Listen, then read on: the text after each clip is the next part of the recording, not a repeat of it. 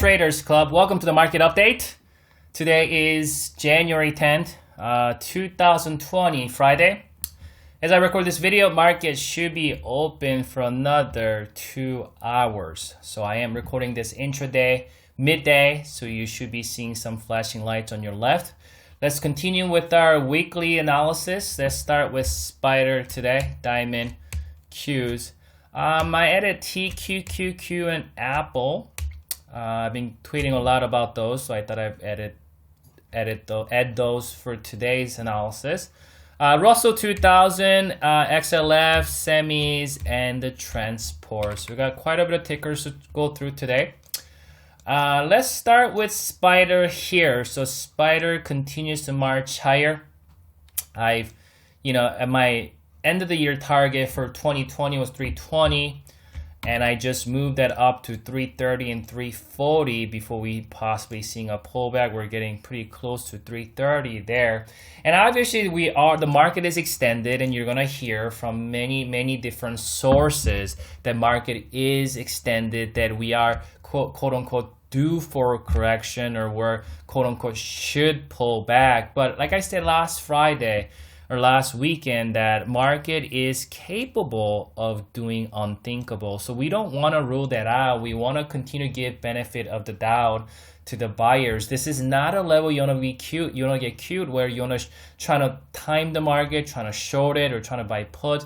That's not the strategy that I would use, because that's not how you're going to make big money in the market. Why go after something small? I'd rather go after something big. That a lot of times people who have not able to participate in a run, trying to time the market, trying to make money on the other direction, but what they don't understand is we don't know how long this thing can go higher. And we might see a short-term pullback, maybe like 1% or 1.5%, and this thing could go right back up. Remember, only time this thing came down, this is 20 MA, right? You see the blue moving average. I placed it here last week, I believe, and only time we got below it, or came to retest it, was in December, in 3 months. October, and we're January here, October, November, December, over 3 months. This is the only time we saw about 1.5% correct. 1.5, 2 days of pullback, and how fast it got right back up here. Right now, I really wouldn't want to go against this trend, but at the same time, this is not the time to be complacent where it's going to go up every day forever. Though market is capable of doing something like that, which I've demonstrated on the last week's video, but this is a time maybe trim some of the positions you've been long. If you've been long since throughout 2019 and you've been buying these dips, and this is pretty good level, start trimming. And I've been doing just that. I've been closing out my Spider calls. I still holding some though. I haven't completely closed it out yet. I've been closing out Spider calls, QQQ calls, but I'm still holding some of those calls. I closed out completely my TQQQ calls though, which I did the journal post yesterday. But because I'm holding triple shares that I've been buying, these lows accumulating also in these pullbacks throughout the summer of 2019, summer and fall. And I'm holding full on all of my triple shares. So this is not a level to start like, oh my God, this is so extended, I'm going to close out all my longs. That's not the level. This is not the level to do that. Or this isn't the level where, get cute with it, trying to go long or trying to go short by puts, or just maybe we're going to see a big snapback. That may be, but you're just trying to play a casino at that time, trying to gamble it. And if you fancy a gamble, then I guess you could go for it. But that's not going to be in a consistent, systematic strategy. It will just be more like random, random strategy where you would just feel like, okay, well, it's extended, so I guess I'm going to buy. But how many people do you think was buying that, doing that? I mean, when I think a lot of people are buying puts here as well, because look at that here, and people are expecting this thing to come back down to at least 289. We didn't see that. We see how abruptly pull back. And when this thing actually pulled back here, I don't think I think a lot of people are already shorting throughout this move.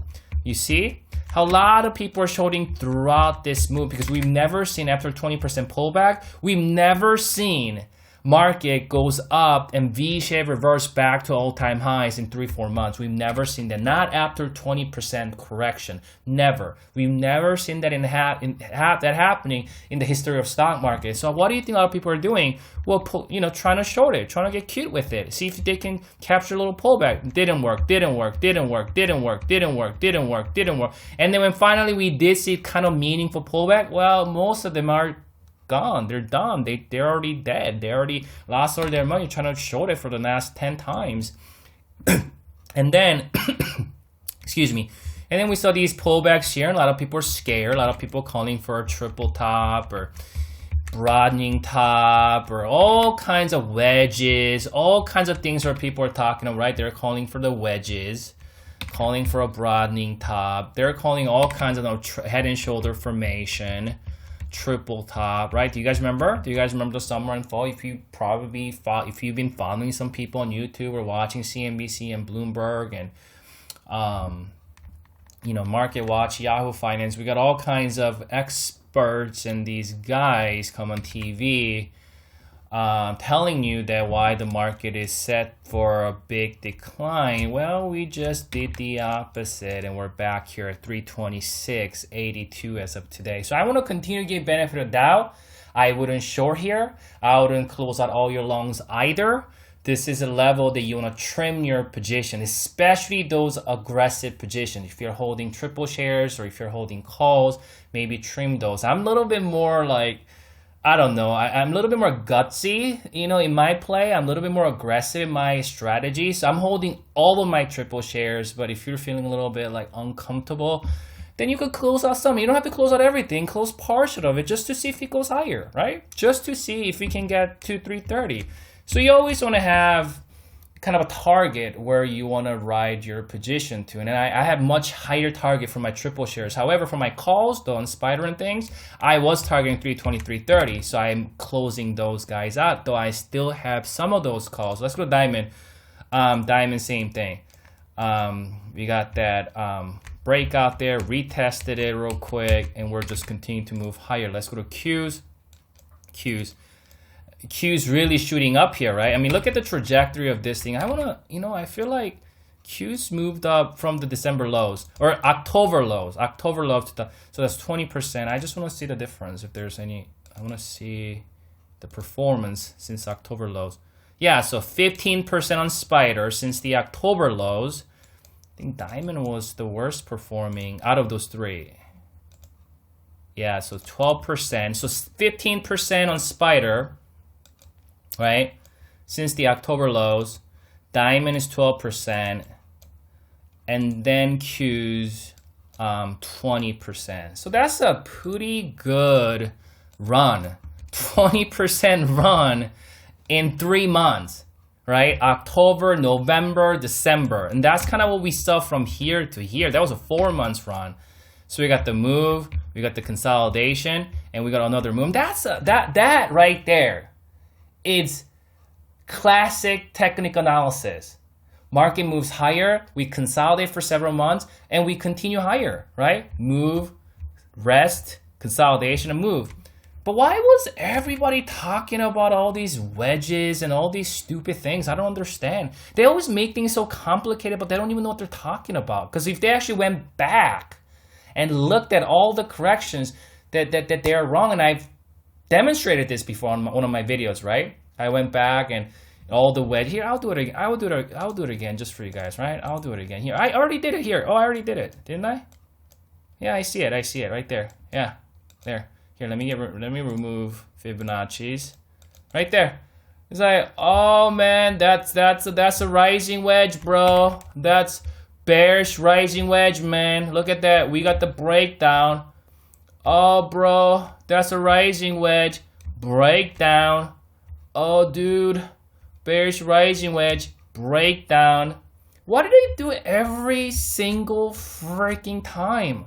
Every single time. All they had to do was just go back, right? Just go back and see if it worked before or not.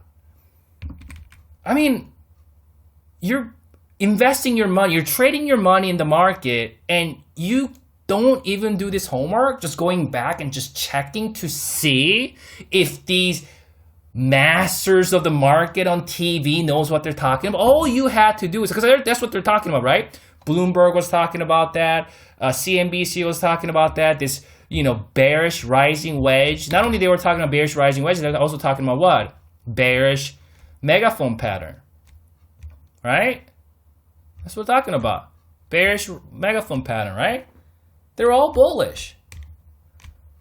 But they didn't show this one and this one. They only did this. They only went like, oh yeah. We're speaking with the chart master. Chart master. What do we see here? Yeah, we got the bearish megaphone pattern, and we got this bearish rising wedge, and we just saw breakdown, and this is gonna come down lower than December low. We're gonna 220. Oh my God, that is some bearish signal. Yeah, we're looking at all the bearish megaphone patterns throughout. Everybody's looking at it. We're super bearish, and I'm very smart because I'm TV. And when I'm on TV, yeah, everybody thinks I'm very smart, and I'm smart because I know things and I just draw things and I say things, and I've been wrong my whole life. But you know what? I'm on TV, so I know what I'm talking. Like just because that's the thing about nowadays with social media. People think just because somebody got 100,000 followers, like right away, like you give them certain kind of credit. Just because somebody drives Lamborghini, right?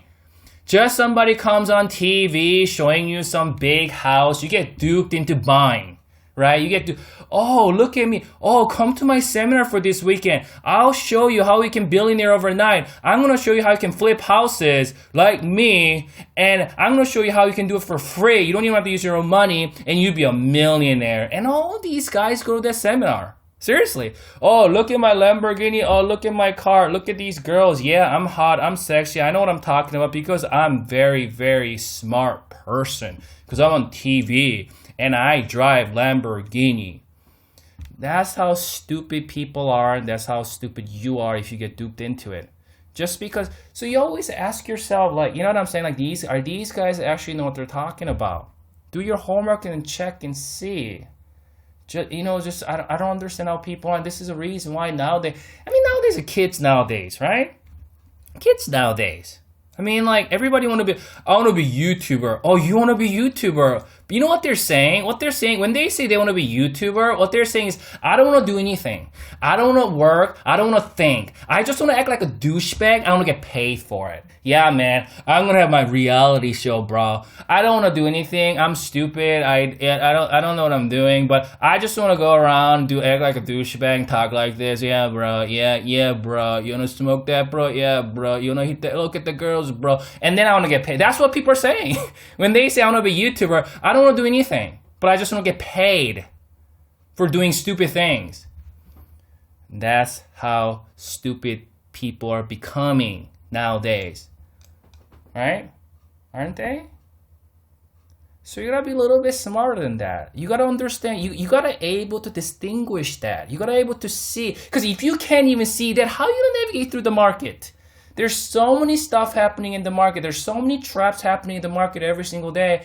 If you can't even see that, if you can't even distinguish what they're selling, what they're saying is true or not, you can't even go back and just do a little homework just to see what they're saying is true, right? Was that here? Yeah. Then how are you going to see anything in the market?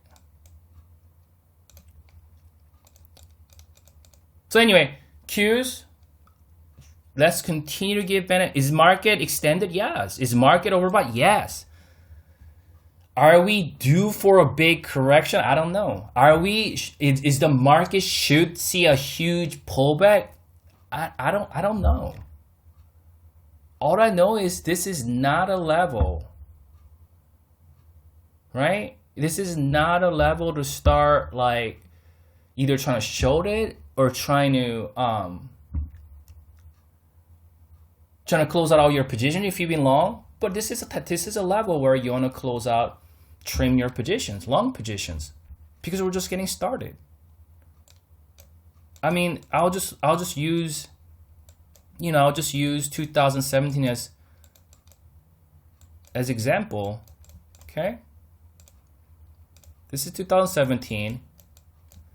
and market did this. Market shot up, right?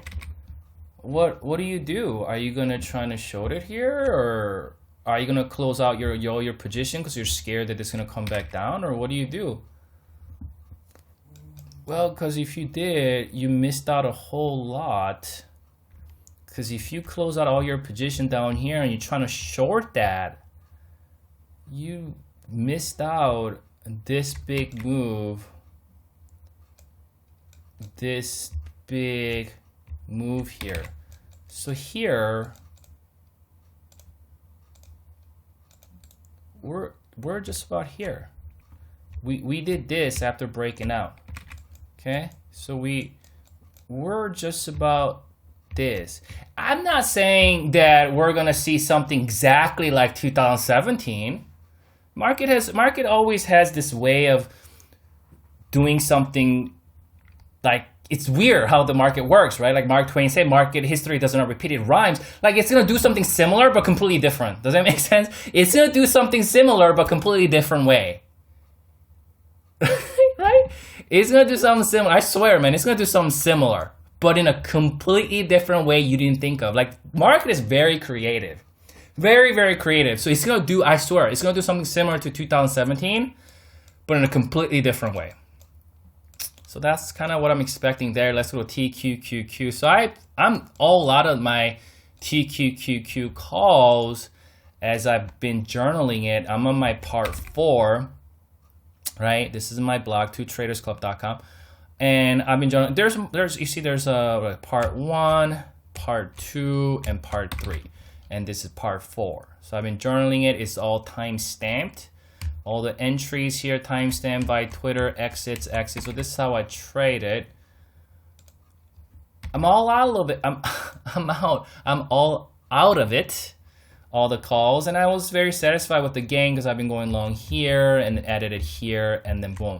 But I'm holding triple shares, and I bought it very aggressively on these levels, and I'm holding full on those. So that's why it was a little bit easier for me to close it out, because if the market, because I believe that, you know, market is going to continue higher. I just don't know. What I don't know is it going to continue higher like this for a couple of months, or are we going to see a pullback and continue higher? Are we going to make sideways continue? I don't know. All I know is if we see a pullback, maybe I'll think to buy that dip. What I'm not going to do is I'm going to try to short it. I actually think it'll be better for you to wait for a pullback to buy the dip instead of trying to short that, right? Let's go to Apple here. Apple's been just, it won't stop. It continues to move higher. So I've closed out. I was accumulating shares in these vicinities, and then I was about buying calls here. Most of my calls were gone, I think, up here, and I've been closing out shares in this vicinity. So I closed like a 1/3, 1/2, another half on Thursday. So I'm getting to smaller size in Apple because I really feel like this sideways move is not sustainable. That doesn't mean I'm expecting a crash. I don't believe there's a crash that's gonna come. But at the same time, I don't think we've seen this kind of buying pressure in Apple either. And that's actually a good thing in the long term. That's what people don't understand. People actually think this is very vulnerable. It is vulnerable in the short term.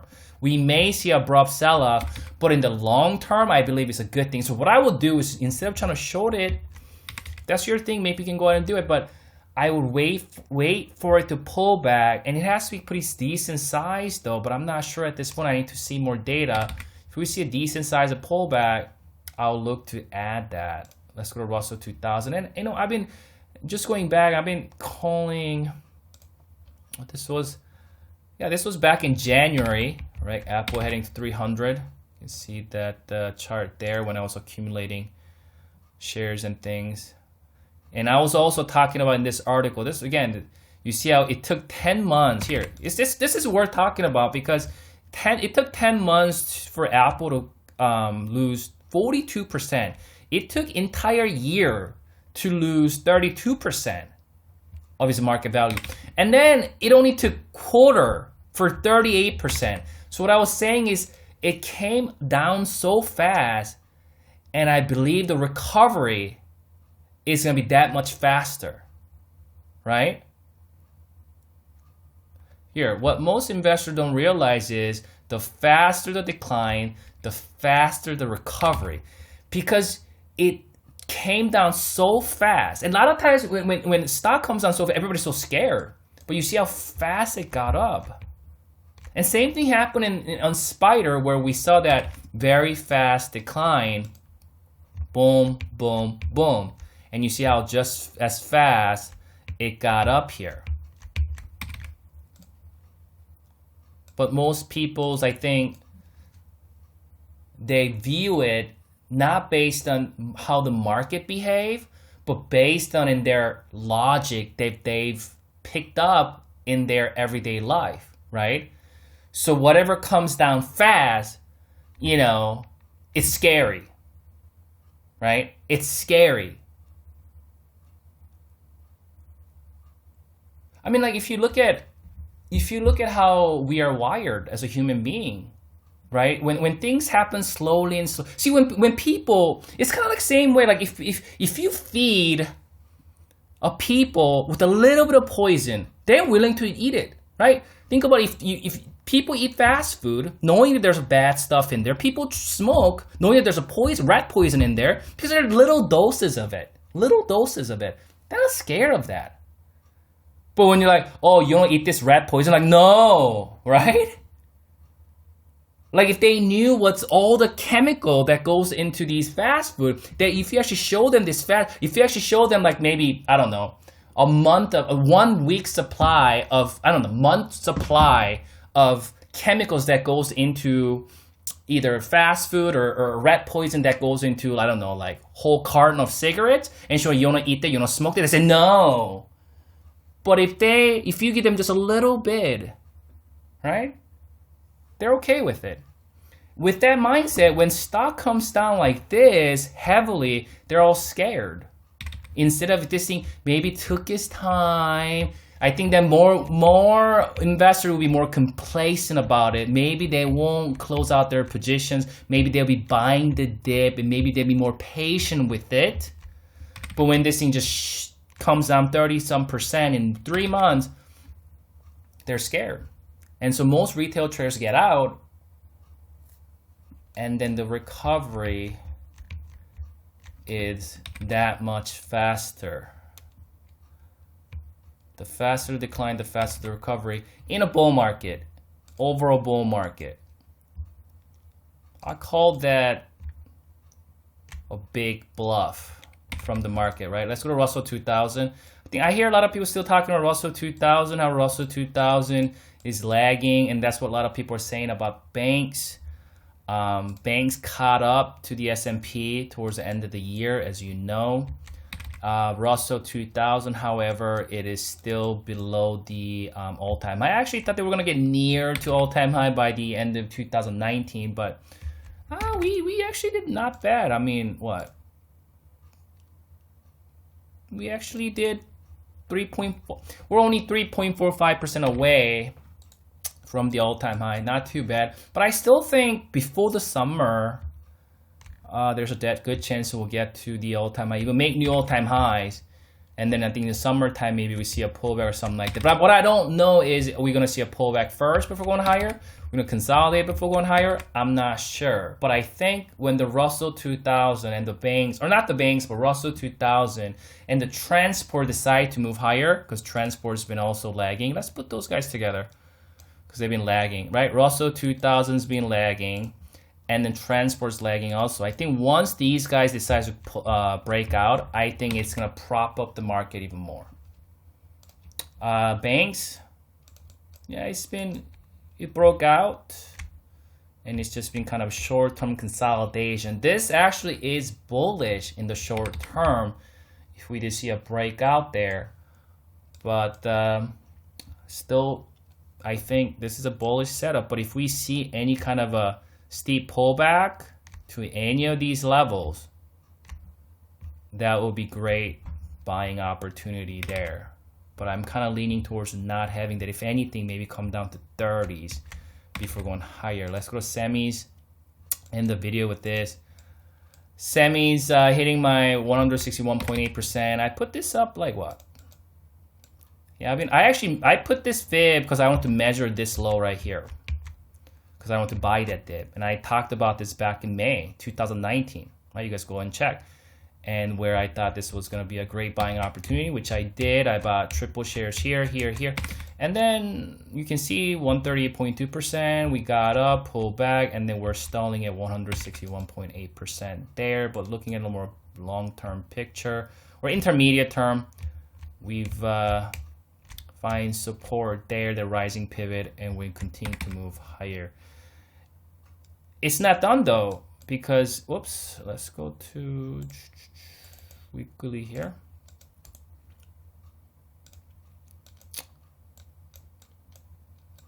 So this is weekly semiconductor.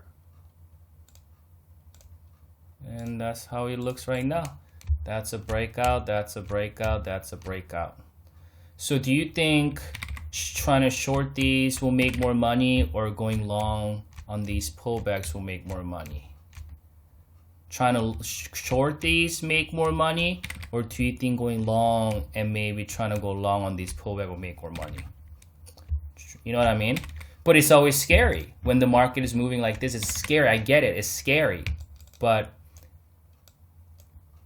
it's never was successful, because once you short, you can't time fast enough to buy that. And once you cover it, a lot of times, you know what people do is they'll short it, right? They'll short it, like let's say they short it here. And once they cover with loss, market is moving higher. And so they already lost their opportunity to buy the dip. We're not going to see a big dip. I mean, really, really big dip to buy the dip was these levels. You know, just you see here. This is weekly. I mean, the big dips were happening here when everybody was calling for crash. I mean, those were really good levels to accumulate. And then as the market breaks out, you really don't see any big dips for you to really go full on bullish. You should have been already full on bullish anywhere here. You should have already been here. Trying to go full on bullish anyways up here is very, very scary, because you don't know when this thing is going to pull back. You don't know when this thing is going to pull back, right? So if you missed here, great level was to accumulate, go full on bullish at these levels, and then ride it up. Because now I don't think we're going to see big pullbacks. I think if anything, it's going to be smaller pullbacks, and it'll be very, very difficult to go full-blown bullish. You might go long here, a little bit here and there, and scalp it, but it's going to be extremely difficult to, like, let's say you've been shorting, you've been bearish, and you want to flip bullish now. It's very extremely difficult to go full-blown bullish. You've been cash all year 2019, now you want to go long. It is extremely difficult to go full-blown bullish now, because it's breaking out. It already made such a move. Does that make sense? So that's why it's never easy. And I always say it's never easy buying the dip. It is actually extremely difficult buying the dip, right? Because you actually have to go against your human nature. Even though buying the dip has been working for so long, and sometimes bears taunt about that, it's because they've never done it, and they don't have a bravery to do it, and they make fun of it because they themselves never done it and they can't do it. But most retail traders have a hard time doing it. It is extremely difficult to buy the dip. It is most retail traders' inclination to short versus buying, because it's extremely uncomfortable buying when you think there's going to be a crash coming. But it's something about it, trying to short the rising index or stock is easier because you feel like there's more downside to it. But it's actually the opposite. Does that make sense? Well, you guys have a wonderful weekend, and good luck trading next week.